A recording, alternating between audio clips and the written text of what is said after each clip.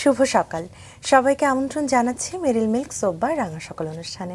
আজকের দিনটি সকলের ভালো কাটুক এই শুভকামনা জানিয়ে আজকের আয়োজন শুরু করব। সঙ্গে আছি আমি লাবণ্য এবং সেই সাথে রয়েছে আমি রুম্মান। দর্শক শুভ সকাল এবং আমার পক্ষ থেকে আপনাদের জন্য সুন্দর দিনের প্রত্যাশা। লাবণ্য, তোমাকেও কেমন আছো বলো? আমি তো খুবই ভালো আছি, তোমাকে দেখে ভালো লাগছে। আমারও কিন্তু তাই, তোমাকে দেখে আমার মনটা খুব ভালো হয়ে গেছে। বাহ, তো আজকে আমার মনটা আরেকটু বেশি ভালো, কারণ আমরা প্রতিদিনই তো আসলে সফল মানুষদের আমাদের রাঙা সকাল অনুষ্ঠানে আমন্ত্রণ জানাই এবং প্রতিদিন আমরা তাদের এক একজনের গল্প তো এক এক রকম, সেগুলো শুনে ঋদ্ধ হই। তবে আজকে একজন সুপারস্টার আছেন, সেজন্য একটু বেশি মন ভালো, কারণ এখন তো সবাই ফুটবল জ্বরে আক্রান্ত এবং ফুটবলের সাথে সম্পর্কযুক্ত একজন তারকা রয়েছেন আমাদের সাথে। চলো জানিয়ে দাও কে আছে। দর্শক, আজ আমাদের মাঝে রয়েছেন সাবেক জাতীয় ফুটবলার জাহিদ হাসান এমিলি। চলুন শুরুতে তাকে স্বাগত জানাই। শুভ সকাল। শুভ সকাল। কেমন আছেন সুপারস্টার?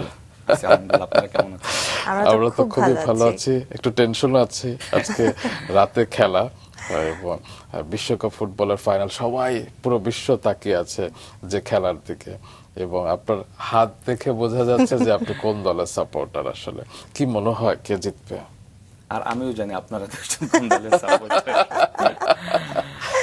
কোন দল জিতবে এটা তো আসলে বলা ডিফিকাল্ট। তারপরও যেহেতু আমি আর্জেন্টিনার ফ্যান, আমি চাইবো ব্যাক টু ব্যাক দুইটা ট্রফি আর্জেন্টিনাই জিতুক, বিকজ লাস্ট 22-এর ওয়ার্ল্ড কাপটা যেহেতু আর্জেন্টিনা জিতেছে, এবারও চাইবো আর্জেন্টিনা ওয়ার্ল্ড কাপটা জিতুক। আমি শুধু একজন মানুষের জন্য চাই যে ওয়ার্ল্ড কাপটা আর্জেন্টিনা জিতুক, সবাই বলে। আমার মনে হয় যারা আর্জেন্টিনা সাপোর্ট করে না তারাও সেই একজন মানুষকে পছন্দ করে। এক্স্যাক্টলি, কারণ এই মানুষটা আসলে বিশ্ব ফুটবলকে আসলে এমন উচ্চতায় নিয়ে গিয়েছে, আমাদেরকে লাস্ট 20 বা 25 বছর এমন এন্টারটেইনমেন্ট করেছে যেটা আসলে আমরা সারা জীবন মনে রাখবো। তো সেই জায়গা থেকে আমি চাই যে 39 বছর বয়সে এসেও যেভাবে পারফর্ম করছে, আর্জেন্টিনাকে সামনে থেকে লিড করছে, সেই জায়গা থেকে চাইবো আর্জেন্টিনা ট্রফিটা পাক। বাহ, আপনি প্রথম আর্জেন্টিনাকে সাপোর্ট করেন কত বছর বয়সে এবং কিভাবে? আমার জন্ম হলো 87-এ, আমি পিরোজপুরের ছেলে। আমি যখন 94 ওয়ার্ল্ড কাপ, তখন আমার 7+ বয়স। তখন আসলে ফুটবল সম্পর্কে 7 বছর একটা বয়সের ছেলে আর কত জানবে। হ্যাঁ, তো একটা জিনিস শুনতাম, ম্যারাডোনার নামটা প্রচুর কানে আসতো আর কি। 94-এ তো আমরা জানি ম্যারাডোনা যে ওয়ার্ল্ড কাপে তার একটা ইনসিডেন্ট হলো, তার ডোপ টেস্ট পজিটিভ আসতো, দেন তাকে সাসপেন্ড করা হলো। ওই সময়টা আসলে ম্যারাডোনার নাম এত পরিমাণে কানে আসতো। তারপর আস্তে আস্তে যখন বড় হলাম, তখন আমার মনে হলো যে ফুটবল মানি ম্যারাডোনা।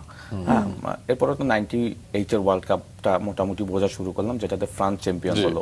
হ্যাঁ, তারপর থেকে যে ম্যারাডোনার নাম শুনে শুনে বেসিক্যালি আর্জেন্টিনার ফ্যান হয়। পরে 98-এর ওয়ার্ল্ড কাপে যখন গেব্রিয়েল বাতিস্তুতা, ক্যানেজিয়া যখন একটা ব্যাচ খেললো, সো ওই নামগুলি আবার আরো বেশি আকর্ষণ করেছে আর্জেন্টিনার ফ্যান হওয়াতে। যদি ওই সময়টা আর্জেন্টিনা বেশি ভালো করতো না, তারপরও আর্জেন্টিনার প্রতি অন্যরকম একটা ভালোবাসা তৈরি হওয়া। সো এরপর থেকে তো আসলে আমার যখন লিওনেল মেসি আসলো আর কি 2006-এর ওয়ার্ল্ড কাপ থেকে, বা পরবর্তী 2010, 2006-এর পরে মেসি যখন বার্সেলোনায় খেললো, ওই বার্সেলোনার টাইমটাতে মেসি প্রতি আসলে অন্যরকম একটা ফ্যাসিনেশন তৈরি হওয়া। তারপর থেকে আস্তে আস্তে আসলে আর্জেন্টিনার ফ্যান আরো শক্তভাবে আর্জেন্টিনা সাপোর্ট করা। তো এইবারে বিশ্বকাপ নিয়ে আরো বিস্তারিত অবশ্যই আপনার কাছে শুনবো, তবে যেহেতু রাঙা সকাল অনুষ্ঠানে আমরা একজন ব্যক্তি মানুষকে আবিষ্কার করি, আমরা একদম আপনার ছোটবেলা থেকে আবিষ্কার করতে চাই। কি বলো লাবণ্য? একদমই তাই। এবং আপনি বলছিলেন আপনার পিরোজপুরে জন্ম, বেড়ে ওঠা, এবং আমরা যতটুকু জানি আপনার পরিবারই একটা ফুটবলময় পরিবার, সবাই ফুটবলার ছিল। তো সেই জায়গাটা থেকে আসলে পরিবারের কথা দিয়ে আসলে গল্পগুলো দিয়ে আসলে শুনতে চাই। শুরুতে যে বলি, আমার বাবা গত 1 বছর হয়েছেন প্রয়াত হয়েছেন, মৃত্যুবরণ করেছেন। আমার আব্বার ইচ্ছা ছিল আমরা সবাই ফুটবলার হই। আমরা 5 ভাই, 1 বোন। তো আমরা 5 ভাই কিন্তু প্রফেশনাল ফুটবলে খেলেছি ঢাকাতে। হ্যাঁ, ইভেনচুয়ালি আমরা 2 ভাই একসাথে জাতীয় দলও খেলেছি প্রায় 4 বছর, প্রায় 17 থেকে 18টি ইন্টারন্যাশনাল ম্যাচ আমরা একসাথে খেলেছি, যদিও আমার বড় আর কি। সো আমার আব্বার ইচ্ছাতেই বেসিক্যালি আমরা আসলে ফুটবলার হওয়া। আপনার বাবাও তো ফুটবলার? আমার বাবাও ফুটবলার ছিলেন, যদি উনি ঢাকাতে খেলতেন না, উনি বাটা কোম্পানিতে চাকরি করতেন, ওই সুবাদে ওই কোম্পানির হয়ে খেলতেন। ইভেনচুয়ালি আমাদের বরিশাল বিভাগের সব জায়গাতে ওনার একটা অন্যরকম নাম ছিল, এবং উনি অনেক ফেমাস প্লেয়ার ছিলেন, যদি উনি ঢাকাতে খেলেনি কখনো, বাট ওনার ফুটবলের প্রতি অন্যরকম একটা ভালোবাসা ছিলেন, এবং উনি ম্যারাডোনার অন্যরকম ফ্যান ছিলেন। তো ওই জায়গা থেকে ওনার ইচ্ছাতেই আসলে ফুটবলার হওয়ার। গ্রামে তো আসলে যখন স্কুলে পড়তাম, আমাদের ওই সময়টা আসলে আমরা ফুটবলের বাইরে অন্য কিছু চিন্তা করতাম না। যদি 90s এর শুরুর দিকে শেষের দিকে বলি বা 2000 এর প্রথম দিকে যখন আমরা আসলে গ্রো আপ হচ্ছি আর কি, বড় হচ্ছি, তখন ফুটবলের বাইরে অন্য কোনো স্পোর্টস খেলতাম না। হ্যাঁ, তারপর কিন্তু তখন তো আসলে ক্রিকেটেরও একটা জৌলুস শুরু হয়ে গেছে। আমাদের ওই জায়গাটা ফুটবলের একটা অন্যরকম আচ্ছা। ফ্যাসিনেশন ছিল আমাদের ডিস্ট্রিক্টে। হ্যাঁ, আমাদের ওখানে প্রচুর ফুটবল টুর্নামেন্ট হতো, ইন্টার স্কুল হতো, স্কুল টুর্নামেন্টগুলি হতো, যেগুলিতে আমরা পার্টিসিপেট করতাম। ক্রিকেটও হতো, বাট ক্রিকেট আমাদের তেমন একটা টানতো না, যদি সত্যি কথা বলি। আমি ক্রিকেটও খেলেছি, খেলিনি তা না, বাট ফুটবলের প্রতি অন্যরকম ভালোবাসা। বিকজ আমার বড় ভাই, আমরা যখন বড় হচ্ছি তখন উনি ঢাকাতে প্রিমিয়ার লিগে ফুটবল খেলেন, ব্রাদার্স ইউনিয়নে। হ্যাঁ, আমরা একদম সবার বড় ভাই যে, এবং বলতে পারি যে বাবার একটা বড় অনুপ্রেরণা রয়েছে, বাবার কারণ- ইচ্ছাতেই আর বাবার হ্যাঁ, কারণ ইচ্ছাতেই। আর চারটা বাবা যদি আমি চিন্তা করি যে একটু বলবে যে ফুটবল খেলো, কিন্তু হয়তো অন্য কিছু ক্যারিয়ার হিসেবে Right. নাও। যেমন তিনি আমার সেখানে- আম্মা চাইতো না ফুটবল খেলি আমি, আচ্ছা। বা আমরা ভাইয়েরা, উনি চাইতো পড়াশোনা করে অন্য কোনো পেশাতে যাই। বাট আমার আব্বার ইচ্ছা ছিল যে ফুটবল খেলুক। যেহেতু আমার বড় ভাই প্রফেশনাল ফুটবল খেলতো, ঢাকাতে খেলতো, ব্রাদার্স ইউনিয়নে দীর্ঘদিন ক্যাপ্টেনশিপ করেছে, সেই সুবাদে আমার বাবার চাওয়া ছিল। আর একটা সময় আসলে বাবা আমাকে, আমি একটু আসলে দুষ্ট ছিলাম বলতে আমি খুব স্কুল ফাঁকি দিতাম। হ্যাঁ, স্কুল ফাঁকি দিয়ে খেলতে যেতাম, সো কমপ্লেন আসতো প্রচুর বাবার কাছে। তো বাবা আসলে ওইটা টলারেট না করতে পারে, উনি আমাকে বিকেএসপিতে ভর্তি করে দেয়। আচ্ছা, হ্যাঁ, so আমি স্কুল তো কোনটা ছিল আমি আপনার? তো গ্রামে, যখন আমার দাউদপুর পল্লী মিলন মাধ্যমিক আচ্ছা। বিদ্যালয়ে আমি ক্লাস 7 পর্যন্ত পড়েছি, দেন আমি শিফট হয়ে বিকেএসপিতে চলে আসছি। বিকেএসপি তো স্পোর্টস ইনস্টিটিউট, সো ওখানে আমি ফুটবলে চান্স পেয়ে যাই। আচ্ছা, বিকেএসপির ঘটনা অবশ্যই বিস্তারিত শুনবো, তবে যার সাথে কথা বলছি তাকে তো দর্শকরা চেনেই। তারপর অনুষ্ঠানের রীতি অনুযায়ী আমি একটু দর্শকদের আপনার সম্পর্কে জানাতে চাই। দর্শক, আজ আমাদের অতিথি, যেটা আমি শুরুতেই বলছিলাম, যে বাংলাদেশ ফুটবলের সুপারস্টার জাহিদ হাসান এমিলি। দীর্ঘদিন জাতীয় দলের নির্ভরযোগ্য স্ট্রাইকার হিসেবে তিনি দেশের ফুটবলে গুরুত্বপূর্ণ অবদান রেখেছেন। 2005 সালে জাতীয় দলে অভিষেক হওয়ার পর এক দশকেরও বেশি সময় বাংলাদেশের হয়ে খেলেছেন। জাতীয় দলের জার্সিতে তিনি অর্ধশতাধিক আন্তর্জাতিক ম্যাচ খেলেছেন এবং করেছেন 17টি গোল, যা এখনো একজন ফুটবলার হিসেবে একটি রেকর্ড। ক্লাব এবং জাতীয় দুটি পর্যায়ে নিজের দক্ষতা, পরিশ্রম এবং ধারাবাহিক পারফরমেন্সের মাধ্যমে তিনি দেশের অন্যতম সফল ফুটবলার হিসেবে নিজেকে প্রতিষ্ঠিত করেছেন। 2023 সালে ফুটবলার হিসেবে তিনি অবসর গ্রহণ করেন এবং বর্তমানে ডি বক্স ফুটবল একাডেমির কোচ হিসেবে দায়িত্ব পালন করছেন। চলুন তার কাছে আবার ফিরি। বাহ, চমৎকার। তো বাবার কথা বলছিলেন, বাবা একজন ফুটবলার ছিলেন, তো তার কোন শিক্ষাগুলো আপনি সারা জীবন বয়ে বেরিয়েছেন? আমার আব্বা একটা জিনিস সবসময় বলতো, যে পেশাতেই যাই সেটা জানি অনেস্টলি ওই পেশাটাকে জানি গুরুত্ব দিই আর কি। হ্যাঁ, সেটা যদি অন্য কোনো পেশাও হতো, ফুটবল বা স্পোর্টসের বাইরে গিয়েও, সো আব্বার একটা ইয়া ছিল যে ডেডিকেশন দেখাতে হবে যে পেশাতেই যাই। তো ওই জায়গা থেকে আমি বলবো যে যখন আব্বা আমাকে 99 আমি ক্লাস 7-এ বিকেএসপিতে ভর্তি হই, তো আমার এখনো মনে পড়ে আব্বা আমাকে যেদিনকে বিকেএসপি তো আসলে আবাসিক, ওখানে থেকে আমাদেরকে রেখে আসতো। সো আব্বা আমাকে যেদিন রেখে আসলো, আমি আসলে মানে একদমই ছোট, তো ক্লাস 7, আমার 13 ক্লাস বা 14 বছরের কাছাকাছি বয়স। তো যখন রেখে বিকেএসপি হোস্টেলে আমাকে যখন দিয়ে আমি দেখলাম যে আব্বা হেঁটে হেঁটে চলে আসতেছে, তখন আসলে ওই সময়টা, এর আগে তো কখনো বাবা মার বাইরে থাকিনি কখনো, সো খুব কষ্ট লাগছিল। বাট বাবা শুধু একটা কথা বলে আসছে যে, বিকজ আমরা তো আসলে অনেক মানে হাইয়েস্ট লেভেলের মানে লাইফ লিড করা ফ্যামিলি না, মানে নিম্ন মধ্যবিত্ত এরকমের একটা ফ্যামিলি, বা আমার আব্বা অনেক খুব যে রিচ ছিলাম তা না, বাট খুব কষ্ট করে উনি আমাকে বিকেএসপিতে ভর্তি করিয়ে দিয়েছে। সো ওই সময় বিকেএসপিতে ভর্তি হতে এক্সপেন্সিভ ছিল, তো ওইটাও আব্বা অনেক কষ্ট করে ম্যানেজ করে আমাকে বিকেএসপিতে ভর্তি করিয়ে দেয়। এবং শুধু একটা কথা বলছিল যে কষ্টটা করে বিকেএসপিতে ভর্তি করালাম, এটা যেন একটা তুমি তোমার নিজের লাইফটাই যাতে গোছাতে পারো, মান রেখো। হ্যাঁ, মান রেখো। সো তখন আসলে খুব ছোট, তো অত ইমোশন ছিলাম আর কি, কান্নাকাটি করছিলাম, বাবা চলে আসছে রেখে, অত বুঝতাম না। বাট পরে আস্তে আস্তে যখন ক্লাস 7 থেকে 8, 9, 10-এ উঠলাম বা এসএসসি পরীক্ষা দিলাম, আস্তে আস্তে ফুটবলের কেরিয়ারটাও আস্তে আস্তে বিল্ড আপ হচ্ছে, তখন আসলে ফিল করতাম যে বাবা অনেক কষ্ট করে ভর্তি করে দিয়েছে, এটার একটা ডেফিনেটলি প্রতিদান দিতে হবে। তো আমরা তো একটা ব্যাচ ভর্তি হয়েছিলাম, দেখা গেছে যে অনেকেই বিকেএসপি থেকে লাইক 200 ভর্তি হয়েছি, 15-20 জন পালিয়ে গিয়েছে। হ্যাঁ, মানে অনেকেই থাকেনি। সো আমরা অনেক কষ্ট করে বা মেনটেন করে থেকে গিয়েছি, কারণ আমাদের ওই সময়টা আমাদেরও মঞ্চ দিয়ে যে হোস্টেল ফাঁকি দিয়ে চলে আসি বাসাতে, ব্যাগ অ্যান্ড ব্যাগে চলে যাই, অনেক সময় ভালো লাগতো না আর কি, ছোট ছিলাম তো। তো পরে আবার চিন্তা করলাম যে বাবার এই কষ্টটা, এটা তো আসলে যেভাবে হোক এটাকে ওভারকাম করতে হবে। তো ওই জায়গা থেকে যাওয়া, তারপরে পরিশ্রম করা, বিকেএসপি তো আসলে স্পোর্টস ইনস্টিটিউট, 2 বেলা ট্রেনিং হতো, তারপর কলেজে যেতে হতো ক্লাসের জন্য, টাইম টু টাইম, লাইক পুরো discipline life ক্যাডেট। একদম। হ্যাঁ, সো ওই লাইফটাই আমার কাছে মানে বিকেএসপি লাইফটাই আসলে আমাকে আমার লাইফে যতটুকু অ্যাচিভমেন্ট বা যেটুকুই করেছি এটা বিকেএসপির একটা অনন্য অবদান ছিল। মানে আপনার জীবনে মোড় ঘুরিয়ে দিয়েছে। Exactly, হয় না যে অনেক সফল টার্নিং মানুষরা, পয়েন্ট, রাইট। একদম সফল মানুষরা বড়ি পরিস্থিতিকে নিজের নিয়ন্ত্রণে নিয়ে আসেন। আপনি যেটা বলছিলেন অনেক নিয়মতান্ত্রিক জীবন ছিল, তার মাঝে কিন্তু আমি শুনেছি যে আপনারা আনন্দ খুঁজে নিতেন, সপ্তাহে পিকনিক করতেন। রাইট, এটাকে বলে আমরা তো উইকলি আমাদের ফ্রাইডে তো অফ থাকতো, তো আমরা তো বিকেএসপিতে তখন প্রচন্ড ডিসিপ্লিন একটা লাইফ লিড করতাম। তো ওর ভিতরে তো আমাদের রিক্রিয়েশনের একটা দরকার থাকতো। তো কারো বার্থডে থাকলে বা কারো ইভেনচুয়ালি আমরা ওই ফ্রাইডেতে যেটা বলি যে মুড়ি পার্টি করতাম, হ্যাঁ মুড়ি চানাচুর এগুলি পার্টি করতাম, একটু লেট নাইট করতাম। সো ওই একটা দিনই আসলে আমরা আবার আনন্দ করতাম। আবার তো স্যাটারডে থেকে আবার স্টার্ট হতো, সকাল থেকে প্র্যাকটিস, 2 বেলা প্র্যাকটিস করার পরে আসলে ওই ফিলটাও আসতো না যে আমরা আবার একসাথে ওই করি, বাট ফ্রাইডেতে আমরা সবাই খুব আনন্দ করতাম আর কি। বিকেএসপি আসলে আমাদের আসলে যারাই ওখানে পড়াশোনা করেছে সবারই লাইফে একটা বড় পরিবর্তন এনেছে।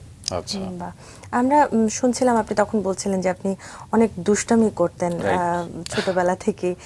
দুষ্টামির কিছু নমুনাও শুনতে চাই, সেই সাথে বিকেএসপিতে যাওয়ার পরেও এটা কমেছে কিনা নাকি বাড়লো, এগুলো গল্পগুলো শুনতে চাই। দুষ্টামি বলবৎ ছিল কিনা? না, বিকেএসপিতে যাওয়ার পর দুষ্টামি করার মতো কোনো সুযোগই ছিল না, কারণ ওখানে যে লাইফ ওইটাতে আসলে দুষ্টামি করার কোনো রাস্তা ছিল না। বাট আমি গ্রামে, আমি যখন মফস্বলে ছিলাম তখন প্রচুর দুষ্টামি, যেটা হলো আমি স্কুলে যেতাম না, মানুষের পেয়ারা চুরি করে খেতাম, ডাব চুরি করে খেতাম, তারপরে মানুষের দেখা গেলো যে অনেক ক্ষতি করতাম বলতে ইন সেন্স মানে বড় ধরনের লাইক বুঝতাম না। দেখা গেলো যে একটা আমাদের তো গ্রামে চার থাকতো, মানে যেটাকে বলে আর কি পার হয়ে যাওয়ার জন্য, হ্যাঁ ব্রিজ আর কি, ওটা তো আসলে অনেক সময় বাঁশ দিয়ে এগুলি দিয়ে বানানো হতো, সো ওগুলি ফেলে দিতাম, মানুষ যেতে পারতো না, সো এইগুলো আবার কমপ্লেন আসতো বাড়িতে আব্বার কাছে। সো আব্বু ওই টলারেট না করতে পারে আমাকে আসলে 5 ভাইয়ের ভিতরে আমি একটু অন্য ডিফারেন্ট ছিলাম, একটু বেশি দুষ্ট ছিলাম।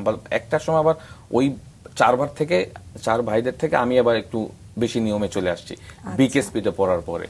সো গ্রামে আসলে মফস্বলে আসলে এই ধরনের দুষ্টমিগুলি বেশি করতাম, যার কারণে অনেক কমপ্লেনের আসার কারণে বাবা আসলে একটা সময় আমাকে বিকেএসপিতে ভর্তি করিয়ে দেয়, এই আর কি। তারপর খেলোয়াড়ি জীবন শুরু হলো কিভাবে, মানে জাতীয় দলে কিভাবে ডাক পেলেন?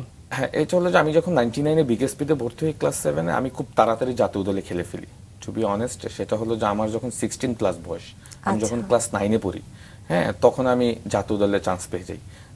ইন এ সেন্স এরকম, আমি যখন ক্লাস 8-এ পড়ি তখন আমি আন্ডার-20 এসবিটিক ন্যাশনাল টিমে চান্স পাই বিকেএসপি থেকেই। একটা ট্রায়াল হয়েছিল ঢাকাতে, ট্রায়ালে এসে চান্স পেয়ে যাই। তো চান্স পাওয়ার পরে ওখানে একজন কোচ ছিল জর্জ কোচান, 2003-এর যে সাব ফুটবল চ্যাম্পিয়ন হয়েছিল ওই টিমের কোচ ছিলেন উনি। হ্যাঁ, তো উনি আসলে আমাদের আন্ডার-20-র কোচও ছিলেন। তো ওই টুর্নামেন্টটা খেলতে গিয়েছিলাম পাকিস্তানে। তো আমি খুবই ছোট তখন, আমার 16 প্লাস সামথিং বয়স। তো ওই টুর্নামেন্টে আমি বেশ ভালো খেলেছিলাম পাকিস্তানে। আমরা কোয়ালিফাই রাউন্ড চ্যাম্পিয়ন হয়ে আমরা কাতারে মেইন রাউন্ডে গিয়েছিলাম। তো তখন আমি যেহেতু স্ট্রাইকার খেলতাম, তো ওই টুর্নামেন্টে আমি গোল করিনি, বাট আমাকে উনি পরে সাবস্টিটিউট হিসেবে নামাতো, আমি নেমে বেশ ভালো করেছিলাম। ভালো করার পরে এটা হলো 2002-3-এ, হ্যাঁ 3-এ। তারপরে আমি ঢাকাতে এসে, মানে আন্ডার-20 খেলে ঢাকাতে এসে 2004-এ আমি ব্রাদার্স ইউনিয়নে ঢুকে যাই ক্লাবে। আমার বড় ভাই তখন ব্রাদার্সে খেলে, উনি আমাকে ব্রাদার্স ইউনিয়নে নিয়ে যায়। তো নিয়ে যাওয়ার পরে আমি যখন ক্লাবে খেলি তখন জর্জ কোটান চলে গিয়ে নতুন একজন কোচ আসেন, আর্জেন্টিন কোচ আন্দ্রে কুশিয়ানি। আমাদের একটা লিগের ম্যাচ ছিল ব্রাদার্স ভার্সেস মুক্তিযোদ্ধা। তো ওই দিনই উনি প্রথম আসে ঢাকাতে, এসে জাতীয় দলে প্লেয়ার সিলেকশন করবে, বিকজ 2005-এর সাব ফুটবল তখন, হ্যাঁ করাচিতে আর কি। তো প্লেয়ার সিলেকশনের জন্য উনি ঢাকাতে আসে। তো আমি তখন ব্রাদার্সের রেগুলার খেলি না, বাট ওই ম্যাচটা আমি প্রথমে স্টার্ট করি আর কি। তো ওই ম্যাচে আমি 2 গোল করে ফেলছিলাম। তখন আমিনুল ভাই আমাদের যে ক্রীড়া মন্ত্রী, উনি গোলকিপার ছিলেন মুক্তিযোদ্ধার। সো আমরা 3-1 গোলে জিতি। তো উনি ওই কোচ আমার খেলা দেখে পছন্দ করে, পরে আমি জাতীয় দলে চান্স পেয়ে যাই 2005-এ। তখন আমার কত 16 প্লাস বয়স, বেশি বয়স না আর কি। সো খুব আর্লি চান্স পেয়ে যাই 2005-এ। যখন আমি জাতীয় দলে চান্স পেয়ে, আমার কাছে মনে হচ্ছিল আমি চান্স পাবো কিনা। বিকেএসপিতে ক্যাম্প চলছে, তখন আলফাজ ভাই, আরমান ভাই, জয় ভাই, বড় একটা ব্যাটসম্যান, সব সুপারস্টার প্লেয়াররা। অধিনায়ক কে ছিলেন তখন? অধিনায়ক ছিলেন আরিফ খান জয় ভাই। জয় ভাই ক্যাপ্টেন ছিল। 2003-এর সাফ তো আমরা চ্যাম্পিয়ন হলাম, আমি ওই স্কোয়াডে ছিলাম না, বাট আমি পরের যে 2005-এর সাফ ফুটবলের, হ্যাঁ। তো তখন তো প্রায় 30 জনের মতো স্কোয়াড, 20 জন প্লেয়ার মেইন রাউন্ডে যাবে আর কি পাকিস্তানে। তো বিকেএসপিতে 1 মাসের ক্যাম্প চলছে। তো লাস্ট যেদিন আসলে টিম ডিক্লেয়ার দিবে, দেখলাম যে আমার নামটাও আছে। সো আমি চান্স পেয়ে গেলাম। সো আমি খুব ভয়ে ছিলাম যে এই প্লেয়ারদের সাথে আসলে আমি গিয়ে কোনো চান্স পাবো, কোনো ম্যাচ খেলতে পারবো কিনা। তো প্রথম ম্যাচ আমাদের ভুটানের সাথে ছিল পাকিস্তানের করাচিতে। তো 75 মিনিটস পর্যন্ত খেলা চলতেছিল, 2 গোলে আমরা লিডে আছি। একটা আলফাজ ভাই গোল করছে, একটা ফরহাদ ভাই স্ট্রাইকার, দুজন 2টা গোল করছে। তো আমাকে কোচ ওয়ার্ম আপে পাঠাইছে যে তুমি ওয়ার্ম আপে নেক্সট 15 মিনিটস বা 12 মিনিটস এরকম একটা টাইম আছে, এই টাইমটা তুমি খেলার চান্স পেতে পারো। পরে আমি ওয়ার্ম আপ করতেছি, হঠাৎ সময় দেখলাম যে আমাকে ডাকছে নামানোর জন্য। পরে আমি দৌড়ে চলে আসলাম। আমার খুব নার্ভাস লাগছিল প্রচন্ড, মানে চিন্তা করা যায় না, আমি একদম জুনিয়র একটা ছেলে সবার থেকে, সেটাই প্রথম ম্যাচ। হ্যাঁ, ইন্টারন্যাশনাল প্রথম ম্যাচ। তো আমি নামলাম, নামার পর আলফাজ ভাই একটা পাস দিল, প্রথম টাচে আমি গোল করে ফেলছি। সো ওইটা আসলে মানে এটা কি বলবো, মানে এটা মানে চিন্তাই করা যায় না, মানে এটা মানে শুরু থেকে তো স্ট্রাইকার হিসেবে। হ্যাঁ, আমি স্ট্রাইকার হিসেবেই খেলতাম। তো প্রথম টাচে গোল করে ফেলছে, তো আমি খুশি, সবাই টিমমেটরা সবাই খুশি। সিনিয়র প্লেয়ার আমাকে প্রচন্ড এপ্রিশিয়েট করলো। ইভেন্চুয়ালি ওই টুর্নামেন্টে বেস্ট ইয়ং প্লেয়ার হয়ে গেলাম আমি সাফের। হ্যাঁ, 2005-এর দেশ জুড়ে আলোচনা শুরু হয়েছিল। হ্যাঁ, তখন আমি আবার ওই যে ইন্ডিয়ার সাথে আমাদের একটা গ্রুপ পর্যায়ের ম্যাচ ছিল, ইন্ডিয়া আমাদের গ্রুপে ছিল, ইন্ডিয়ার সাথে আমি গোল করে ফেললাম। হ্যাঁ, ইন্ডিয়া আগে গোল দিছিল বাইচুং বুটিয়া, পরে আমি 1 গোল দিলাম, 1 গোলে ম্যাচটা ড্র হয়ে গেছিল। এবং ইভেন্চুয়ালি গোলটা টুর্নামেন্টে বেস্ট গোল হয়েছিল সাফের।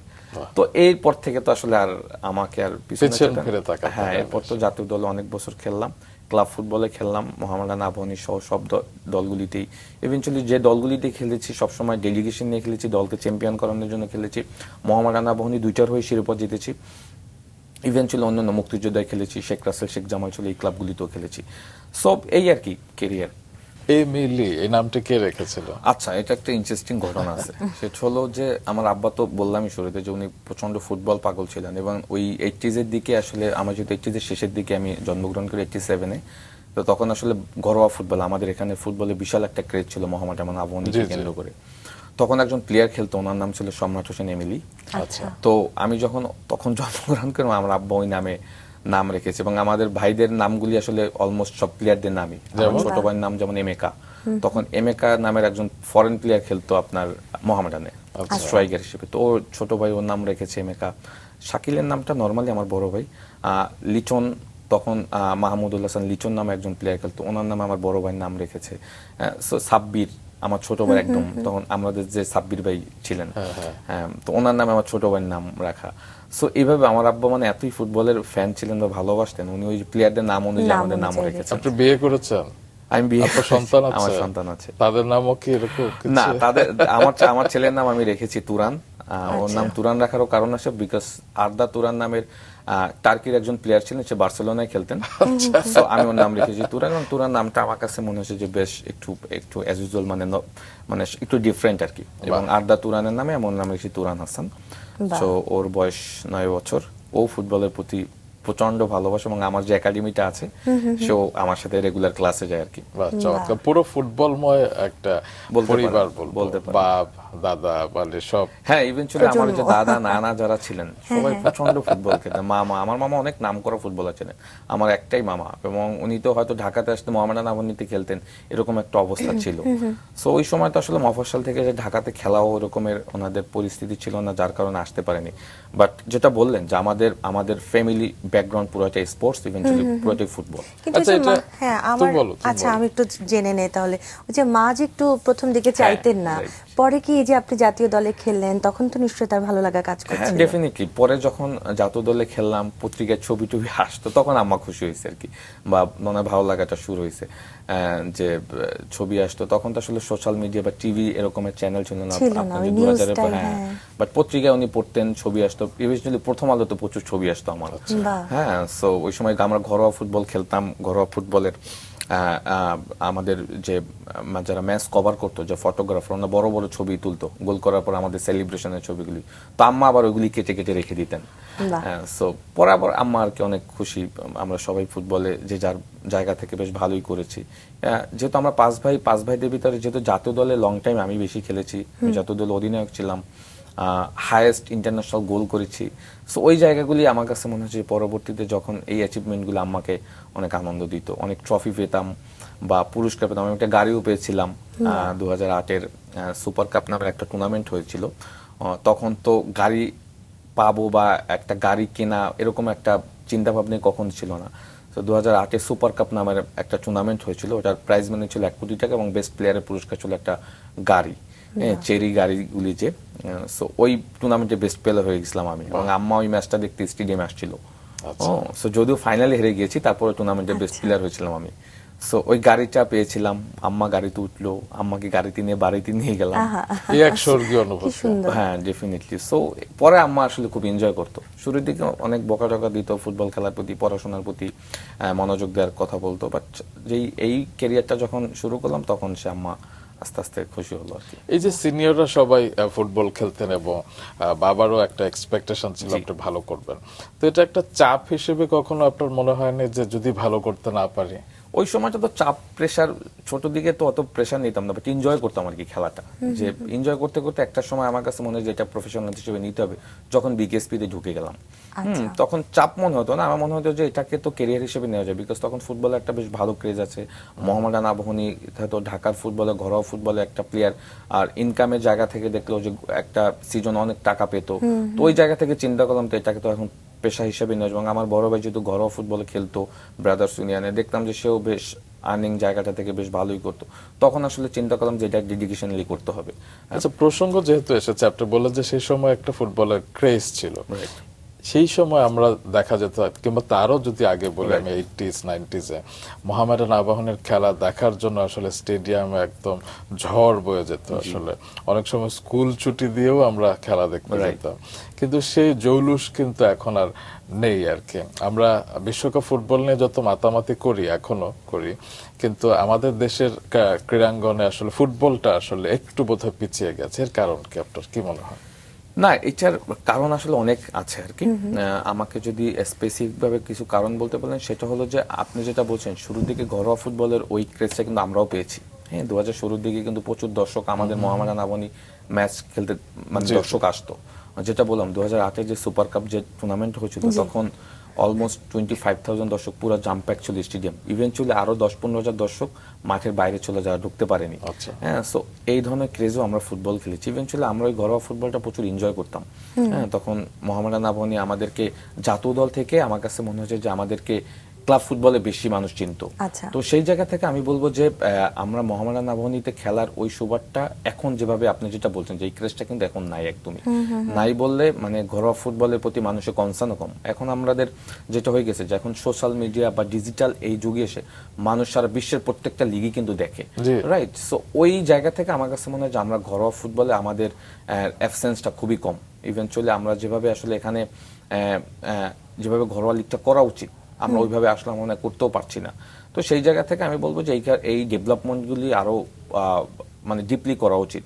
ইভেনচুয়ালি আমাদের গ্রাসরুট ফুটবলটা যদি কথা বলি, যেখানে আমাদের পাইপলাইন, যেখান থেকে প্লেয়ার তৈরি হবে, ওই জায়গাটাও কিন্তু আমাদের খুব অ্যাবসেন্স রয়েছে। সো আমি বলবো যে এই জায়গাগুলি আমাদের এখন একদমই কাজ হচ্ছে না, যার কারণে আপনি যেটা বলছেন যে আমাদের ওই ক্রেজটা কিন্তু আস্তে আস্তে কমে যাচ্ছে। সো এইগুলির প্রতি যদি ফোকাস দেওয়া হয়, আপনি যেটা বলছেন যে ওয়ার্ল্ড কাপ আসলে আসলে আমরা যেভাবে আসলে মাতামাতি করি, অন্যান্য দেশের সাপোর্ট করি, সেই জায়গা থেকে আমি বলবো যে আমরা যদি সামহাও কখনো ওয়ার্ল্ড কাপ খেলি, তখন আসলে আমাদের এখানটা কি পরিস্থিতি হবে চিন্তা। আমি মনে করি এটা নিয়ে কাজ করা উচিত সবার জায়গা থেকে। ইভেনচুয়ালি গভর্নমেন্ট, আমাদের ফুটবল ফেডারেশন, স্পোর্টস মিনিস্ট্রি, সবাই যদি একযোগে কাজ করা যায়, বিকজ আমাদের এখানে ফুটবলের প্রতি মানুষের যে ফ্যাসিনেশন, এটা তো চিন্তাই করা যায় না। তো সেই জায়গা থেকে মনে করি আমি আমাদের একটা দীর্ঘমেয়াদী প্ল্যান করে যদি আমরা এগোতে পারি, আপনি যেটা বলছেন যে ওই ক্রেজ, ঘরোয়া ফুটবলে মোহামেডান আবাহনীর ওই দর্শকের স্টেডিয়াম আসা, এটা কিন্তু আবার ফিরানো যাবে।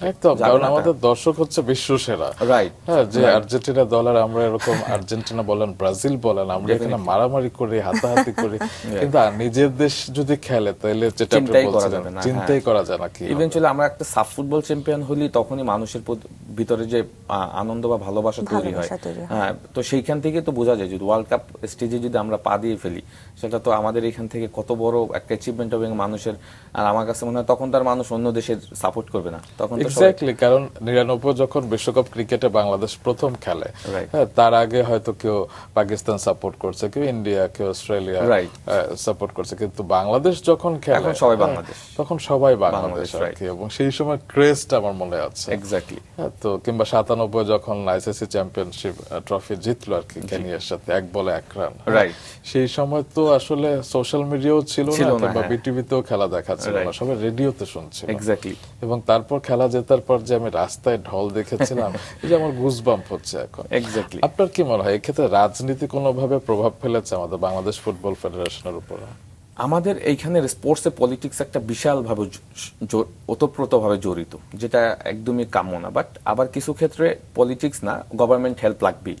আপনার স্পোর্টস ডেভেলপমেন্টে গভর্নমেন্ট হেল্প লাগবে, সারা পৃথিবীর স্পোর্টসেই লাগে। বাট আমার কাছে যেটা মনে হয় সামহাউ প্রত্যেকটা ফেডারেশনই এই রাজনৈতিক একটা চাপ থাকার কারণেই আমার কাছে মনে হয় যে প্রপার কাজগুলি হয় না।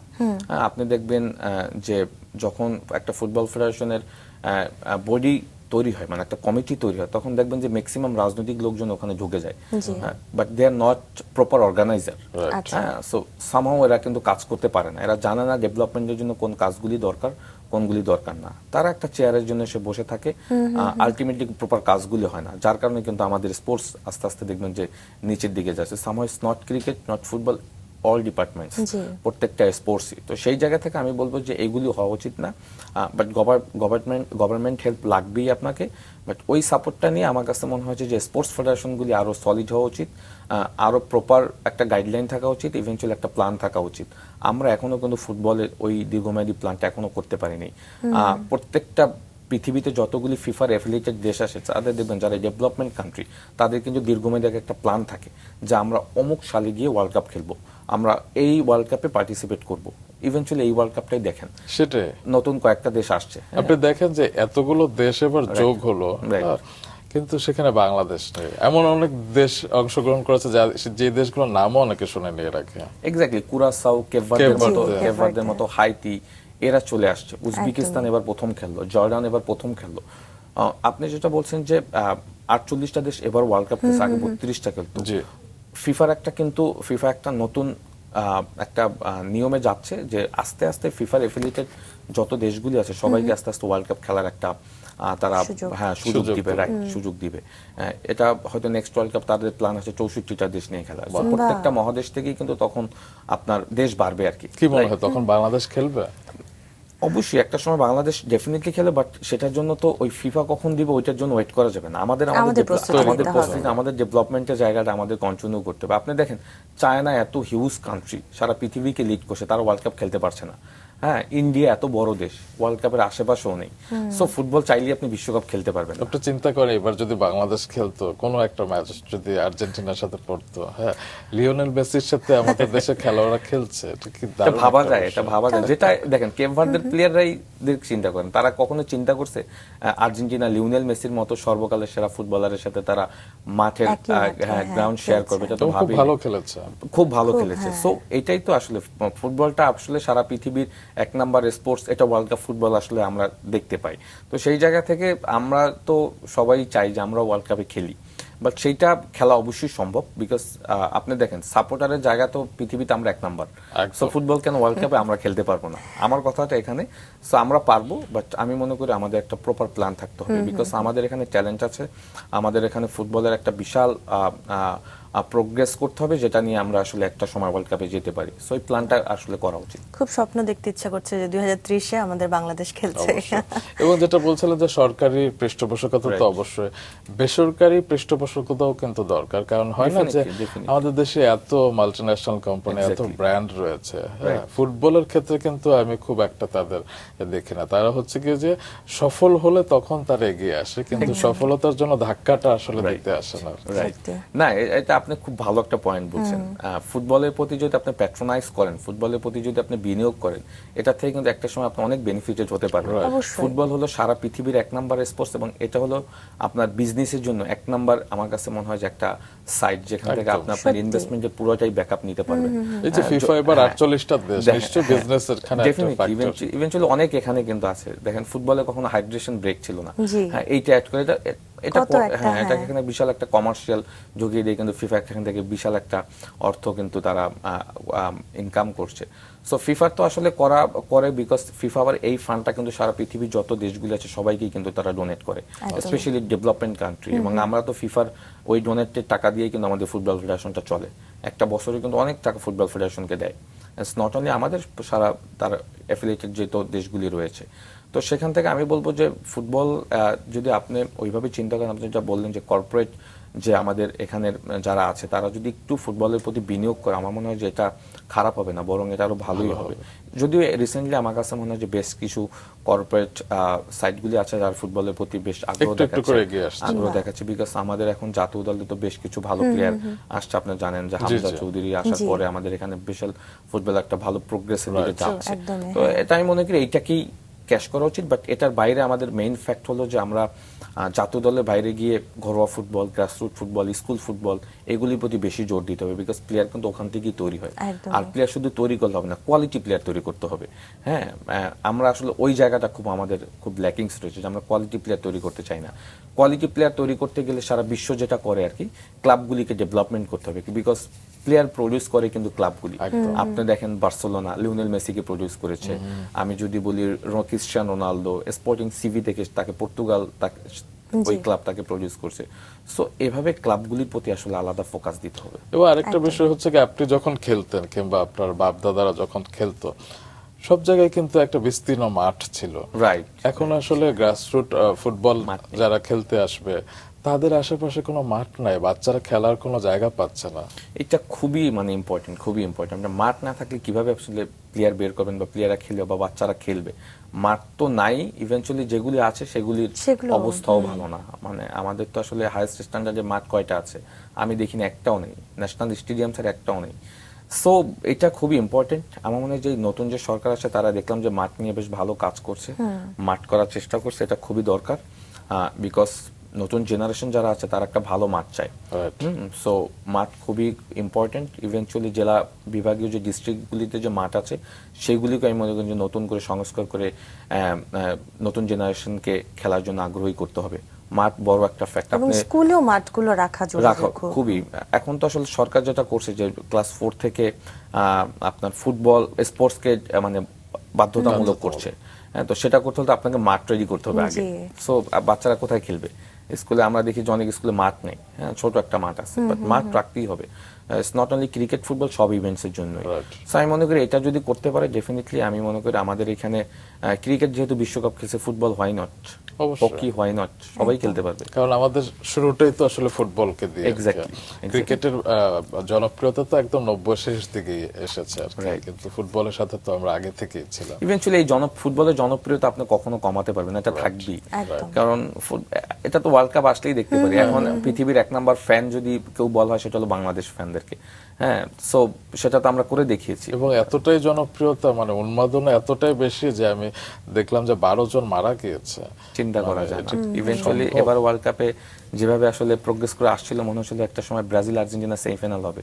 আর সেটা যদি হতো, আমার মনে হয় যে এখানে আমাদের এখানে কি না, আমি চাইছিলাম যে না হওয়া, কারণ আমাদের দেশে আসলে সহিংসতা তখন বেড়ে যেত। তো এই বিষয়টা আপনার কি মনে হয় যে এই যে আমরা উন্মাদনা পর্যন্ত ঠিক আছে, কিন্তু উন্মাদনা যখন অতিরিক্ত হয়ে যায় তখন আমরা দেখা যায় যে নিজেদের ব্যক্তিগত সম্পর্কগুলো নষ্ট হয়ে যায় বিশ্বকাপে হচ্ছে। তো এটা তো খুবই বেশি হচ্ছে, এটা একদম হওয়া উচিত না। আমার কাছে মনে হয় যে ফুটবল নয়, সব স্পোর্টসই তো আসলে এন্ড অফ দ্য ডে আমরা এন্টারটেইনমেন্ট, আমরা জাস্ট এনজয় করবো, আনন্দ করব, খেলা শেষ, সবকিছু শেষ হয়ে যাওয়া উচিত। এটাকে নিয়ে আসলে দ্বন্দ্বে জড়ানো বা বিরোধ করা বা একজন, আপনি যেটা বললেন যে 12 জন মারা গেছে, এটা তো ভেরি আনফরচুনেট। চিন্তাই করা যায় না, যারা মারা গেছে তাদের ফ্যামিলি লুজার, রাইট? সো এটা কেন হবে? হ্যাঁ, আমরাও তো একসাথে বসে খেলা দেখি, জাস্ট এনজয় করি, খেলাটা দেখি। মতবিরোধ থাকবে, সেটা আমরা ডিসকাশন করতে পারি, ওই পর্যন্তই থাকতে পারে। বাট এটা নিয়ে ডেসপারেটলি এমন হওয়া উচিত না যেটাতে আসলে একটা ফ্যামিলি ডিস্ট্রয় হয়ে যায় বা একটা মানুষের লাইফ শেষ হয়ে যায়। এটা কেন হবে? আমরা তো ওয়ার্ল্ড কাপ খেলছি না, এমন না যে আমরা খেলছি, আমাদের দেশের প্লেয়াররা খেলছে, তাদেরকে নিয়ে করছি। আমরা আর্জেন্টিনা ব্রাজিলেরকে নিয়ে কেন করবো?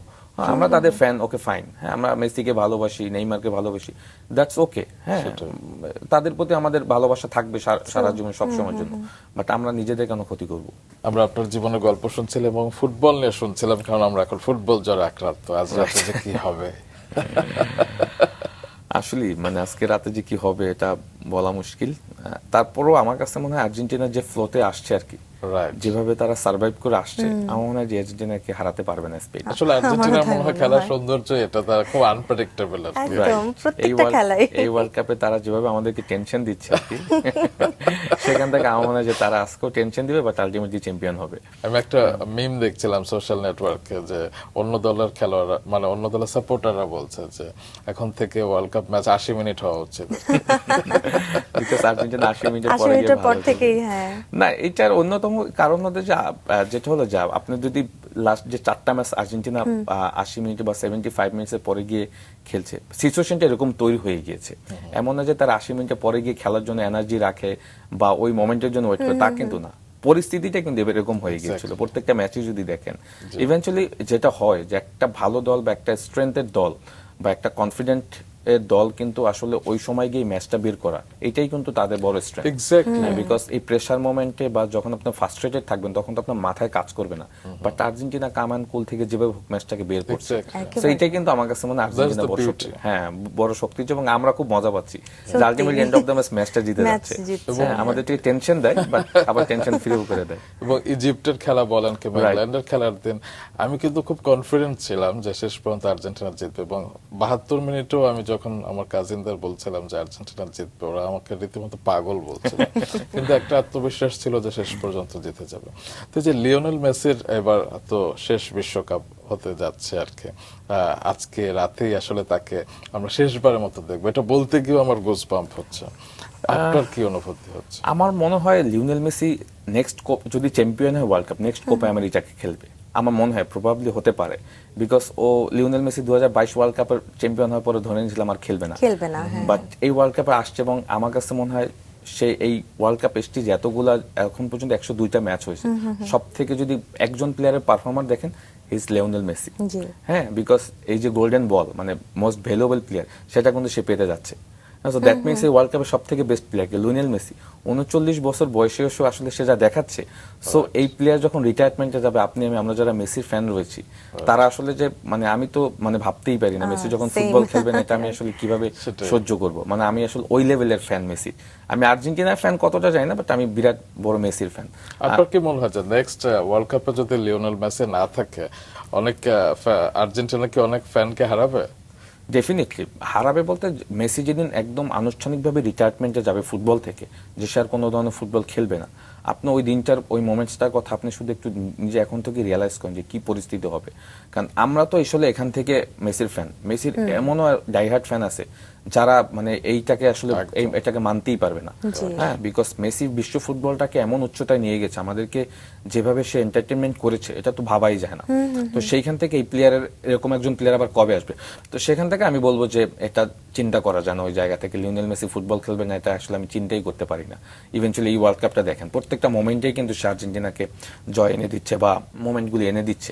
সো এটা 39 বছর একজন বয়সী প্লেয়ার, সে যে ফ্লোতে ফুটবল খেলছে, ইভেনচুয়ালি লাস্ট মনে হয় যে 25 এর ইংল্যান্ডের ম্যাচটা দেখেন, রাইট ফ্ল্যাঙ্ক থেকে যে ক্রসটা করেছে, যেভাবে রাইট ফুটে, অ্যাসিস্ট করেছে, হ্যাঁ চিন্তাই করে, যেমন অ্যানজো ফার্নান্দেজকে যে পাসটা দিয়েছে, ইভেনচুয়ালি যেভাবে ড্রিবল করছিল, হ্যারি কেইন আসলে যেভাবে হুমড়ি খেয়ে পড়ছিল ওর পিছনে, মানে একটু অন্যভাবে বললাম, মানে এই মানে ইটস আনপ্যারালাল। আপনার কি মনে হয় গোল্ডেন বুট কে পাবে? আমার মনে হয় লিওনেল মেসির সম্ভাবনাটা বেশি, মেসির সম্ভাবনাটা বেশি। বাহ, চমৎকার। তো আপনার খেলা নিয়ে একটু শুনি, কারণ আপনি হচ্ছেন আমাদের দেশের সেই খেলোয়াড়, মানে আন্তর্জাতিক ফুটবলে আপনি সর্বোচ্চ গোল করেছেন। কতটি গোল যেন? আমার 17টা গোল। 17টা গোল, মাই গড, এটা খুবই কম, আরো বেশি হওয়া উচিত ছিল। সো প্রথম যখন আপনি যেটা বলছিলেন যে আন্তর্জাতিক ফুটবলে খেলতে গেলেন এবং আপনি খুব টেনশনে ছিলেন এবং নেমেই আপনি একটি গোল করেছিলেন, সেদিন যখন প্রথম আপনি জাতীয় সঙ্গীত শুনেছিলেন বিদেশের মাটিতে, কেমন অনুভূতি হয়েছিল? না, এটা তো একজন প্লেয়ারের জন্য একটা বিশাল প্রাইডের জায়গা, যে আপনি ন্যাশনাল অ্যানথেম গাবেন, ন্যাশনাল ফ্ল্যাগ আপনার বুকে থাকবে, যদি চিন্তাই করা যায় না। সো সেই জায়গা থেকে এই ফিলিংসটা আসলে আমি হয়তো এক্সপ্রেস করতে পারবো না, বাট ওই ফিলিংসটা আমি যখন মাঠে পেয়েছিলাম, আমার কাছে মনে হয়েছিল যে এর থেকে বড় ফিল আর হতে পারে না কিছু। বিকজ আলটিমেটলি তো আপনি দেশের জন্য খেলছেন, ইভেনচুয়ালি চাইলে আপনি দেশের জন্য খেলতে পারবেন না, জাতীয় দলের সুযোগ পাবেন না। তো সেই জায়গাটা যখন পেয়েছিলাম, যখন ন্যাশনাল অ্যানথেম গিয়েছিলাম, দেশের হয়ে যখন গোল করেছিলাম, সো এই ফিলটা আসলে আমার লাইফের, আমি বলবো যে ওইটা এখন আমি ভাবি যে এটা আরো মনে হয়, এই ফিলটা মনে হয় আরো বেশি আমাকে আমার ফিউচার ক্যারিয়ারের জন্য বা আমার লাইফের জন্য একটা বিশাল অ্যাচিভমেন্ট হিসেবে দাঁড় করিয়েছিল ওই ফিলগুলি, যে আমি যখন ন্যাশনাল অ্যান্থেম গিয়েছিলাম পাকিস্তানে জি। প্রথম ভুটানের ম্যাচে, যদি আমি স্টার্ট করি বাইরে বসে আমি গানটা গেয়েছিলাম 2005 আমাদের, হ্যাঁ 2005-এ। সো এটা আমি বলবো যে অনন্য একটা ফিলিংস আর কি, এটা মানে কিভাবে বলবো আমি আর কি, আসলে এক্সপ্রেস করার মতো না কিছু মুহূর্ত জাতীয় আসলে। দলে খেলাটা তো আসলে মানে আমি কি বলবো সব থেকে উচ্চতায়। ইভেনচুয়ালি আপনি দেখেন, আমি শুধু একটা এক্সাম্পল দিই, এই যে আর্জেন্টিনা দলটাকে নিয়ে দেখেন, তাদের ভিতরে এত স্ট্রেংথ কেন? বিকজ তাদের দেশের প্রতি ডেডিকেশনটা আছে, Exactly. তারা দেশকে কোন লেভেলের ভালোবাসে। সো আমাদেরও কিন্তু ওইটা ছিল, আমরা যখন ম্যাচ খেলতাম আমরা কখনোই সবসময় চাইতাম ম্যাচটা জেতার জন্য। আনফরচুনেটলি কখনো জিততে পারতাম, কখনো হারতাম। সো হারার পর আবার খুব কষ্ট লাগতো। সো ওই জায়গা থেকে আমি বলবো যে দেশকে রিপ্রেজেন্ট করা, এটা তো আমি বলবো যে বিশাল একটা গৌরবের ব্যাপার। এবং ইউনিটরা কিন্তু আসলে যদি একসাথে থাকে তাহলে অনেক হারকেও কিন্তু Exactly. জয় করা যায়। Exactly. যেমন লিওনেল মেসিকে আমরা দেখেছি যে তারা এতটাই রেসপেক্ট করে, Right. হ্যাঁ, মানে Right. দলের স্ট্রেংথটা কিন্তু সেখানেই দেখা যায়, তারা যে কোনো মুহূর্তে আসলে ঘুরে দাঁড়াতে পারে, যেটা আপনাদের ক্ষেত্রেও ছিল সে সময়। হ্যাঁ, ডেফিনেটলি এটা থাকতেই হবে, আদারওয়াইজ আপনি কোনো কিছু অ্যাচিভ করতে পারবেন না। হ্যাঁ, আর্জেন্টিনা কেন ভালো করছে, হ্যাঁ 2022 ওয়ার্ল্ড কাপ চ্যাম্পিয়ন হয়েছে, তারা বলছে যে আমরা আর্জেন্টিনা প্লাস লিওনেল মেসির জন্য বিশ্বকাপটা নিতে চাই। তারা সেটা করে দেখিয়েছে। হ্যাঁ, ইভেন্চুয়ালি এই ওয়ার্ল্ড কাপটাও দেখেন, তারা মেসিকে যেভাবে ওন করে, মেসি যেভাবে আর্জেন্টিনাকে ওন করে, এটা তো ভাবাই যায় না। হ্যাঁ, সো দেশের প্রতি এই ভালোবাসাটা বা মেসির প্রতি ওদের প্লেয়ারদের dedication, as a Messi as a human being মানে কতটা হাম্বেল। আপনি যদি একটা জিনিস চিন্তা করেন, পৃথিবীতে যদি আমরা এখন 700-800 কোটি মানুষ থাকি, তার ভিতরে আমার কাছে মনে হয় যে মেসি 1 নাম্বার পার্সন। একদম। হ্যাঁ, যদি সব পার্সপেক্টিভ থেকে চিন্তা করেন, এক বা 2-3 নাম্বারে থাকবে তার নামটা। তো এত হাম্বেল একজন পার্সনকে কিন্তু সবাই ভালোবাসবে, তার প্লেয়াররা কিন্তু আসলে ওই ভালোবাসাটা of the field plus on the ফিল্ডে ওই ডেডিকেশনটা দেখায়। যার কারণে দেখেন লাস্ট 4টা ক্রাইসিস ম্যাচে তারা যেভাবে ঝাঁপিয়ে পড়েছে বা যে ড্রাইভটা দিয়েছে মেসির জন্য বা দেশের জন্য, এটাই তো তাদের বড় স্ট্রেংথ আছে। কারণ আপনি আমাদের কথা বলছেন, আমরা যখন পাকিস্তানের সাথে ম্যাচ খেলি বা ইন্ডিয়ার সাথে ম্যাচ খেলি, ওই রাইভালি জায়গাটা কিন্তু আমরাও ফিল করি যে আমাদেরকে ম্যাচটা জিততে হবে, ইন্ডিয়ার সাথে কোনোভাবে ম্যাচ হারা যাবে না, এই পাকিস্তানকে আমাদেরকে হারাতে হবে। এবং আমরা হারিয়েছি, অনেক সময় ড্র হয়েছে, অনেক সময় হেরেছি, এটা তো খেলার পার্ট। সো বাট ওই দেশের প্রতি বা ন্যাশনের প্রতি ওই ভালোবাসাটা বা ওই ডেডিকেশনটা কিন্তু আমাদের প্রতি আমাদেরও ছিল। হ্যাঁ, সো এটা তো আসবেই আর কি। তো আজকের ম্যাচে আপনাকে যদি গণক হতে বলি যে কে কতটা গোল করবে, আপনার কি মনে হয়? আমাকে গণক হতে বললে আর্জেন্টিনার যে স্টেজগুলি পার করে ফাইনাল আসছে, এই আর্জেন্টিনাকে আমার মনে হয় স্পেন হারাতে পারবে না।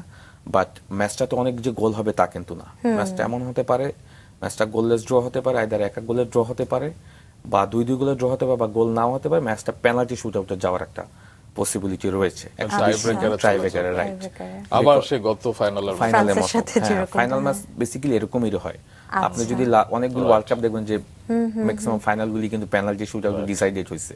সেটাই কিন্তু ভালো, অনেক সময় এক পেশে ফাইনাল আসলে ভালো দেখায় ভালো না। না এবং আসলে। আর্জেন্টিনা ফাইনালে গেলে মানে পেনাল্টি শুট আউটে গেলে চ্যাম্পিয়ন হবে এটা শিওর থাকেন, বিকজ ওখানে গোলকিপার এমিলিয়ানো মার্টিনেজ আছে, যে কিনা হ্যাঁ, পেনাল্টি কিন্তু লিওনেল মেসি তো মিস পেনাল্টি মিস না, আমার মনে হয় যে ওই সময়টা সে মিস করবে না। হ্যাঁ, ওই 2টা গোল হলে সে 2টা back to back penalty miss করছে 2টা ম্যাচে, তার 10 গোল হয়ে যেত কিন্তু এখন, সে টপ স্কোরার হয়ে যেত।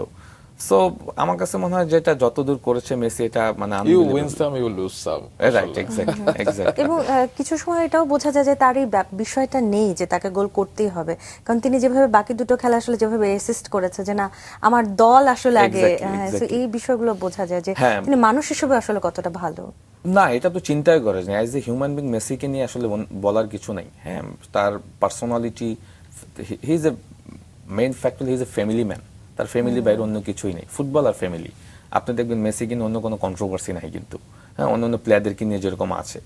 তো সেই জায়গা থেকে আপনারা মেসির পেনাল্টির কথা বলছেন, পেনাল্টিটা আসলে বেসিক্যালি পেনাল্টি আমিও জাতীয় দল আমি নিতাম, আমি মারতাম। পেনাল্টি নেওয়াটা কিরকম, আপনি যখন একটা পেনাল্টি পাবেন, আপনি অ্যাজ এ সাপোর্টার আপনি ধরে নেবেন একটা গোল হতে যাচ্ছে, বাট প্রেসারটা কিন্তু যে মারবে তার উপরে, বিকজ সব স্পেক্টেটররা সবাই জানে কিন্তু এটা গোল হতে যাচ্ছে, বাট যে মারবে তার কিন্তু বিশাল একটা মেন্টাল স্ট্রেংথের খেলা তার মাথার ভিতরে চলতে থাকে, যেটা আমি কিরকম করবো। এবং আপনাকে আমি একটা কথা বলি, আপনি যদি পেনাল্টি মারার আগে যদি চিন্তা করেন এটা মিস হবে, ওটা কোনোদিনও গোল হবে না, ওটা মিস হবে। মানে আমাকে মেডিটেশন করে করতে হবে যেটা গোল আমি গোল করতে যাচ্ছি, দ্যাট মিন্স ওটা গোল হবেই।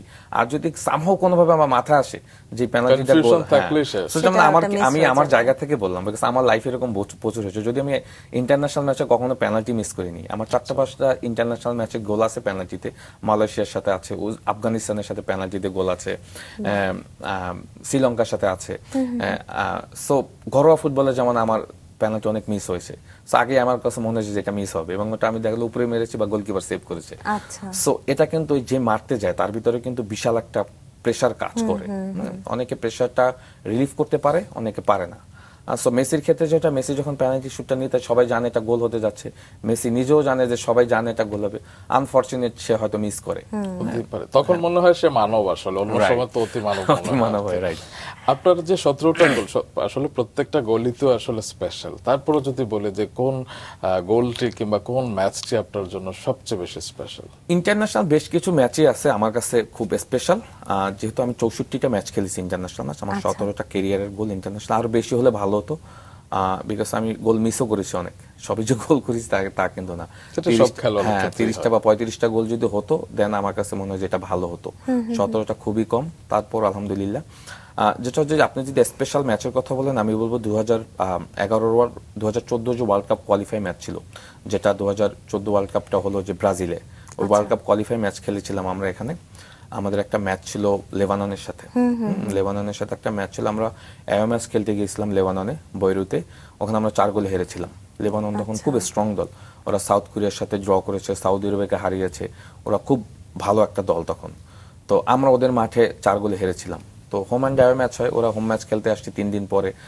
সো আমরা যখন 4 গোল খেয়ে আসছি, তখন সবাই ধরে নিয়েছিল যে আমরা এখানে হোমেও হয়তো ওদের সাথে হারবো 2-3 গোলে, বা ডমিনেটিং কিছুই করতে পারবো না। তো ইভেনচুয়ালি আমরা আসার পরে, আমরা তো সবসময় হোটেলে থাকি, আমাদেরকে হোটেলেও রাখেন। ওই 4 গোল খাওয়ার পর আমাদেরকে বাংলাদেশ ফুটবল ফেডারেশনের 4 তলায় ভবনে রেখেছিল 3 দিন পরে ম্যাচ।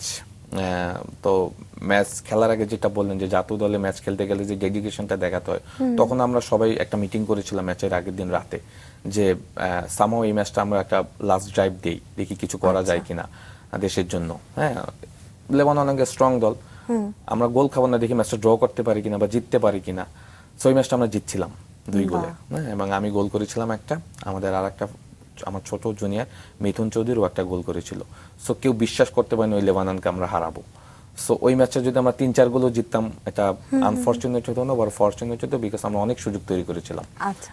এবং আমার হেডে একটা গোল ছিল, গোলটা একদম উইনিং গোল, 82 মিনিটে করেছিলাম।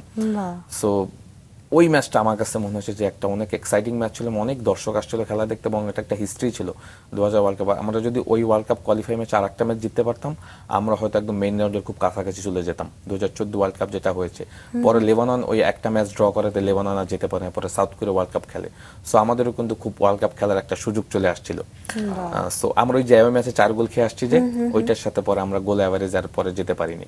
সো এই ম্যাচটা খুব ইম্পর্টেন্ট ছিল। ইভেনচুয়ালি ইন্ডিয়ার সাথে 2005-এর সাফে যে গোল করেছিলাম, ওই ম্যাচটা খুব মেমোরেবল ছিল। মালয়েশিয়ার সাথে বেশ কিছু ম্যাচ ছিল, এখানে ন্যাশনাল স্টেডিয়ামে ম্যাচ হয়েছিল, ফাইনাল ম্যাচ একটা বড় টুর্নামেন্টের। ওই টুর্নামেন্টও আমরা 2-2 গোলে ড্র করেছিলাম, আনফরচুনেট ফাইনালে গিয়ে হেরে যাই 3-2 গোলে। তো এরকম বেশ কিছু ম্যাচ ছিল। সাফ ফুটবলের ফাইনাল খেলেছি আমরা 2005-এ, ইন্ডিয়ার সাথে হেরে গিয়েছিলাম, যেটাতে আমার প্রথম অভিষেক হয়। ওই টুর্নামেন্টটা খুব এক্সাইটিং ছিল, আমরা ধরে নিয়েছিলাম আমরা চ্যাম্পিয়ন হব, বাট ফাইনালি গিয়ে আমরা 1-1 হেরে যাই। বাহ। তো আপনি অবসর নিলেন কবে? আমি লাস্ট খেলেছি 2022-23 সিজনে আর কি। তারপরে আপনি যে ফুটবল একাডেমি করেছেন, ডি-বক্স। আচ্ছা, এই নামটি রাখবার পিছনে কারণ? না, এইটা হলো ডি-বক্স স্পোর্টস কমপ্লেক্স। এটা আমাদের কিছু বড় ভাই ব্রাদার ওরা করেছে আর কি। সো ওরা আমাকে, এটাতে নট অনলি ফুটবল, এখানে অন্যান্য ইভেন্টসও আছে। এখানে কারাটে আছে, এখানে আপনার ব্যাডমিন্টন আছে, এখানে সুইমিং আছে, এখানে কিন্তু অনেকগুলো ইভেন্টস আছে। হ্যাঁ, সো যেহেতু আমি ফুটবলার ছিলাম, আমার ওই বড় ভাইরা বললো যে ফুটবল একাডেমিটা যেন আমি দেখি আর কি। হ্যাঁ, সো ফুটবল একাডেমিটা আমি দেখছি। ইভেনচুয়ালি আমার ওখানে প্রায় 70+ স্টুডেন্ট আছে। সো ওদেরকে আমি ট্রেনিং করি, যেহেতু আমি এখন কোচিং পেশাও আছি, আমার লাইসেন্স করেছি মাত্র রিসেন্টলি। সো সেই জায়গা থেকে আসলে আমি এখন ফুটবলের বেশি এনজয় করছি বাচ্চাদেরকে নিয়ে। আপনারা ইয়াং থাকার সময় যেই ভালোবাসাটা ছিল, যে ক্রেজটা ছিল, এখনকার প্রজন্মদের মধ্যে সেই ভালোবাসাটা দেখতে এখন পাচ্ছেন? আরো বেশি ভালোবাসা বেড়েছে রিসেন্টলি। আমার কাছে মনে হয় যে ফুটবলের প্রতি বাচ্চাদের বা স্টুডেন্টদের খুব ভালোবাসা দেখা যাচ্ছে। তারা ফুটবল প্রতি অনেক ফ্যাসিনেশন দেখাচ্ছে, খেলতে চাচ্ছে, যেহেতু ওখানে এনভায়রনমেন্টটা খুব ভালো, ভালো একটা মাঠ আছে, ইনডোর আছে, বৃষ্টি হলে আমরা ইনডোর ভিতরে ট্রেনিং করতে পারি, ফ্যাসিলিটিস খুবই ভালো। ইভেনচুয়ালি বাচ্চাদের শেখার আগ্রহ খুব বেশি আমি দেখছি। হ্যাঁ, ইভেনচুয়ালি যেটা হয় যে আমি একটা সময় চাচ্ছিলাম না কোচিং পেশা আসতে, বাট এই বাচ্চাদের আগ্রহ দেখে আমার কাছে মনে হচ্ছে যে এদেরকে নিয়ে কাজ করা যায়, এরা শেখার অনেক আগ্রহ আছে এবং অনেক ট্যালেন্ট প্লেয়ার আছে। তো সেই জায়গা থেকে আমি তাদেরকে নিয়ে কাজ করছি। সর্বনিম্ন কত বছর বাচ্চা আমি আছে? 6 থেকে শুরু করি, 6 থেকে আমি 2টা ব্যাচে ট্রেনিং করাই, 6 থেকে 10 একটা ব্যাচ, আর 10 থেকে হলো 14 15। এটা কোথায়? এটা হলো মিরপুরে আপনার সাগুপ্তা যে প্রজেক্ট আছে তার ওখানে আর কি। বাহ, চমৎকার। তো আপনি কি স্বপ্ন দেখেন যে আমাদের দেশের ফুটবলের সুদিন আসবে? ডেফিনেটলি আসবে। আমি যেটা বললাম যে আমাদের কিছু ডেভেলপমেন্ট করতে হবে কিছু জায়গায়, এবং স্ট্রংলি করতে হবে। মানে ওই যে আছে না, নাম কওয়াজতে করালে হবে না, এটাকে খুব হাইয়েস্ট লেভেলে করতে হবে। Because football is not a, মানে এটা রাতারাতি আপনি পরিবর্তন করতে পারবেন না। কারণ পৃথিবীতে 214টা অ্যাফিলিয়েটেড কান্ট্রি আছে ফিফার, যারা সবাই ওয়ার্ল্ড কাপ খেলতে চায়। তো সেখান থেকে মাত্র 48টা দেশ খেলে। তো কম্পিটিশন হিউজ লেভেল। ইতালি 4 বারের মতো বিশ্ব চ্যাম্পিয়ন, ওয়ার্ল্ড কাপে নাই, ভাবা যায়? চায়না খেলতে পারছে না। সো এরকম অনেক দেশ আছে কিন্তু খেলতে চাচ্ছে বা পারছে না। তো আমাদের তো আসলে ওই লেভেলে গিয়ে আসলে আমার মনে হয় যে আমাদের ফ্যাসিলিটিস ইনশোর করে আমাদেরকে আগাতে হবে। বিকজ আপনি যেটা শুরুতে বলছেন, মাঠ একটা বড় ফ্যাক্ট। এনভায়রনমেন্ট যদি আপনি একদম প্রপার হাইস্ট লেভেলে না দিতে পারেন, আপনি কিন্তু হাইস্ট লেভেলে প্লেয়ার তৈরি করতে পারবেন না। তো সেই ফ্যাসিলিটিস গুলো ইনশোর করা খুব জরুরি, যেটা আমার মনে হয় ইদানিং গভর্নমেন্ট ভালোই শুরু করছে। বাট এটার জন্য টাইম দিতে হবে। এটা যেটা আপু বলছে যে 2030 সালে আমরা 2030, 34 বা 38 চাইলেই খেলতে পারবো না। আমরা যদি 2042 বা 46 ওয়ার্ল্ড কাপ প্ল্যান করতে হবে, যেটা ইন্ডিয়া করছে বা চায়না করছে বা সবাই করছে, একটা প্ল্যান নিয়ে আপনাকে করতে হবে, দেন আপনি একটা সময় খেলতে পারবেন। অবশ্যই আমরাও আশাবাদী, কারণ আশা না থাকলে আসলে কি নিয়ে অবশ্যই থাকবো? আশা দেখতে হবে। একটা সময় যখন আমরা ভাবতাম যে পাকিস্তানি ইমরান খান যখন খেলতো, তারা যখন ওয়ার্ল্ড কাপ জিতেছিল, তখন আমরা ভাবতাম যে বাংলাদেশ কবে ওয়ার্ল্ড কাপ খেলবে। সেই বাংলাদেশ ওয়ার্ল্ড কাপ খেলেছে এবং বাংলাদেশে ওয়ার্ল্ড কাপ অনুষ্ঠিত হয়েছিল 2011 সালে। তো কে জানে যে বাংলাদেশে বিশ্বকাপ ফুটবলও হয়তো কোনোদিন হয়ে যাবে, এক সময় হয়ে যাবে, ডেফিনেটলি হবে। এটা সময়ের ব্যাপার, বাট স্বপ্ন পূরণ হবে, বাট ওইগুলি নিয়ে কাজ করতে হবে। এটা এমন না যে আমি শুধু মুখে মুখে বললাম আর হয়ে যাবে, তা না। ফুটবল, ক্রিকেট একটু ডিফারেন্ট গেম। ফুটবল এনভায়রনমেন্ট একটু ডিফারেন্ট। অলরেডি নতুন করে স্পোর্টস নামে একটা বিষয়, এটাও খুব ভালো লাগার একটা বিষয়। ইভেন্চুয়ালি সবাই এখন চাচ্ছে ফুটবলকে নিয়ে কাজ করার জন্য, দেখা যাক আর কি। বাট আমার কাছে একটা রিকোয়েস্ট সবার কাছে, যেটা হলো যে ফুটবলের যে কাজগুলি আমরা করি ঠিকই, বাট এটা হাইস্ট লেভেলের হয় না। হ্যাঁ, বিকজ আপনি যদি ইউরোপ আমেরিকাতে দেখেন, তারা এটার পিছনে যেভাবে বিনিয়োগ করে সেটা একদম হাইয়েস্ট লেভেলে। হ্যাঁ, এটা কিন্তু রাতারাতি হয়নি। হ্যাঁ, সো এটাকে নিয়ে প্ল্যান করতে হবে। ইভেন্চুয়ালি আমি মনে করি যে একটা সময় আমরা বিশ্বকাপ খেলব। চমৎকার। আমরা এই আশার বাণী নিয়ে আজকের পর্বটি শেষ করতে চাই, এবং আজ রাতের জন্য তো অপেক্ষা রইল। ভামোস। আমার মনে হয় আপনারা দুজনও চাইবেন আর্জেন্টিনা অবশ্যই, এবং বাংলাদেশের সবাই বেশিরভাগ ফুটবল প্রেমী তো আসলে বাংলাদেশে আমার মনে হয় আর্জেন্টিনা ফ্যান বেশি তুলনামূলক। চমৎকার। তো আজকে সকালটি খুব ভালো কাটলো, আমারও খুবই ভালো কেটেছে। ধন্যবাদ আপনাদেরকে, মাছরাঙাকে ধন্যবাদ। আর রাঙা সকাল একটা জনপ্রিয় অনুষ্ঠান, আমার দেখা হয় মাঝে মাঝে। সো আমি মাছরাঙাকে ধন্যবাদ দিতে চাই আমাকে রাঙা সকালে ইনভাইট করার জন্য। আপনাদেরকে আবারও ধন্যবাদ। ভালো থাকবেন, অনেক ধন্যবাদ।